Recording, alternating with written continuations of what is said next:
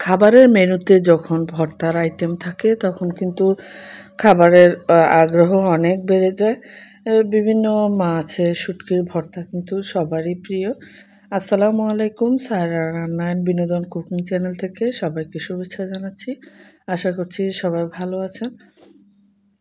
আমি এখানে টাকি মাছের ভর্তা তৈরি করছি। এখানে 4টি টাকি মাছ হলুদ লবণ মাখিয়ে তেলে ভেজে নিচ্ছি। সাথে দিয়েছি কিছু লাল মরিচ।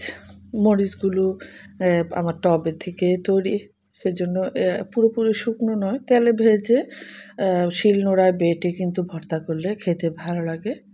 সাথে দিয়ে দিচ্ছি কিছু পেঁয়াজ এবং 2-1 কোষ রসুন। আপনারা কারা টাকি মাছের ভর্তা খেতে পছন্দ করেন? অনেকের আবার টাকি মাছ পছন্দ নয়, তারা স্কিপ করতে পারেন। পেঁয়াজটা হালকা একটু ভেজে যেকোনো ভর্তার মধ্যে দিলে তখন কিন্তু ভর্তাটা সহজে নষ্ট হয় না। আপনারা যারা আমার ইউটিউব চ্যানেল থেকে দেখছেন প্লিজ একটি লাইক দিয়ে যাবেন। যারা সাবস্ক্রাইব করেননি সাবস্ক্রাইব করে পাশে থাকবেন। অবশ্যই বেল বাটনটি ক্লিক করে রাখবেন, তাহলে আমি ভিডিও দিলে নোটিফিকেশন পাবেন। আমি কিন্তু যেকোনো রান্না সহজ সরল ঘরোয়া উপকরণ দিয়ে করে থাকি। আশা করছি আপনাদের ভালো লাগবে। মাছগুলো একটু ভেঙে দিয়েছি, তাহলে ভিতরটা ভালোভাবে হবে। খুব বেশি ড্রাই করে ভেজে নিলে কিন্তু তখন খেতে ভালো লাগবে না।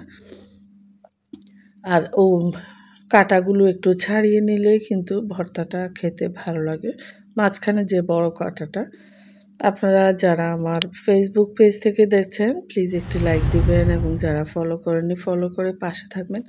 আর অবশ্যই ভর্তা খেতে পছন্দ করলে শেয়ার করে ফ্রেন্ডস ও ফ্যামিলি মেম্বারদের দেখার সুযোগ করে দিবেন। প্রথমে আমি মরিচগুলো নিয়ে নিচ্ছি। মরিচগুলো কিন্তু বেশ ঝাল, এজন্য মরিচ কম দিয়েছি আমি। এখানে একটু লবণ দিয়ে মরিচগুলো আগে বেটে নিব। লাল মরিচ দিয়ে যেমন করা যায়, কাঁচা মরিচ দিয়েও কিন্তু এই ভর্তাটা খেতে ভালো লাগে।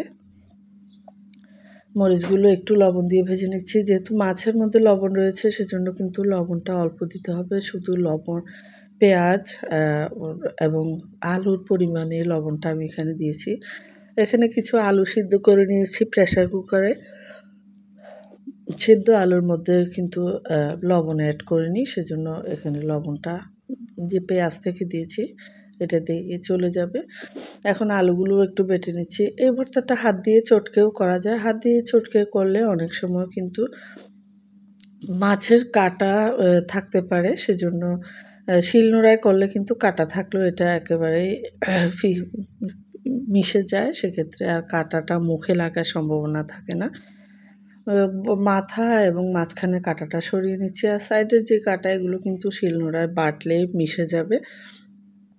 আমার ইউটিউব চ্যানেলে কিন্তু অনেকগুলো ভর্তার রেসিপি রয়েছে। মাছের শুটকির, মাংসের বিভিন্ন ধরনের ভর্তার রেসিপি রয়েছে, এগুলো ফলো করতে পারেন।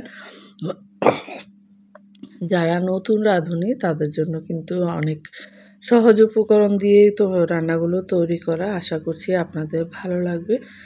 মাছ কিন্তু আমাদের প্রোটিনের চাহিদার পূরণ করে। আর এই গরমের মধ্যে কিন্তু মাংসের চেয়ে মাছই খেতে বেশি ভালো লাগে।